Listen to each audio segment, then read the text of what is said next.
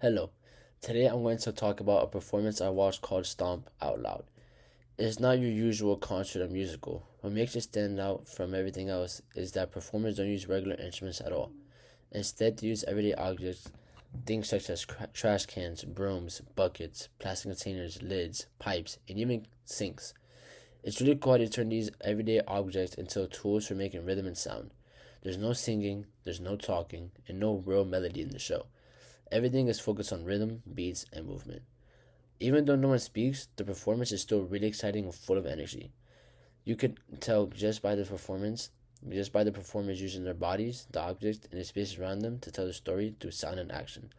This particular version was filmed for TV, but is based on their live stage show.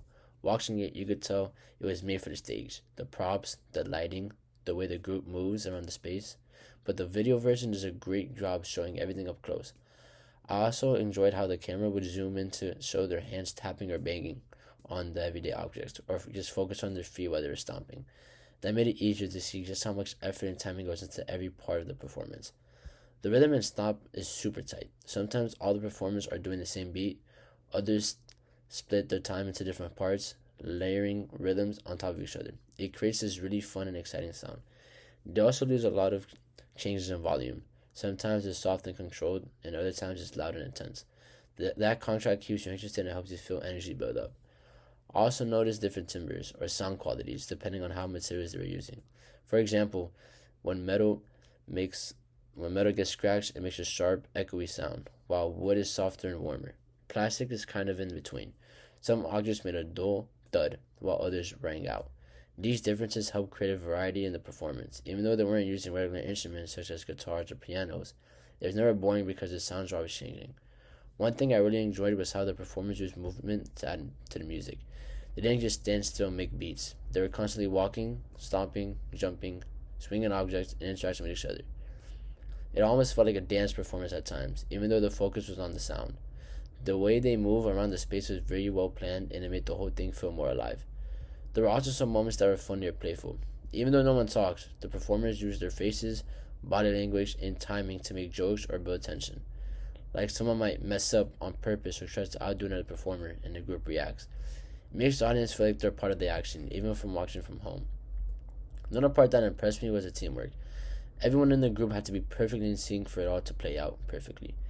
If one person came in too early or too late, the whole rhythm could fall apart. You could tell the group had practiced lots and lots and lots together to get that kind of precision. It takes a lot of focus, trust, and listening to perform like that with others, especially when there's no conductor or leader guiding them. Now, I've also seen Hamilton in New York, and while it's very different from Stop, I did notice a few similarities. One similarity with Hamilton is a musical with clear story, lyrics, songs, and a mix of musical styles like rap, R&B, and pop. But like Stomp, it also uses rhythm and movement in a powerful way. The choreography in Hamilton is just as important as the music, and the same is true in Stomp. Timing, precision, and energy are key to both shows.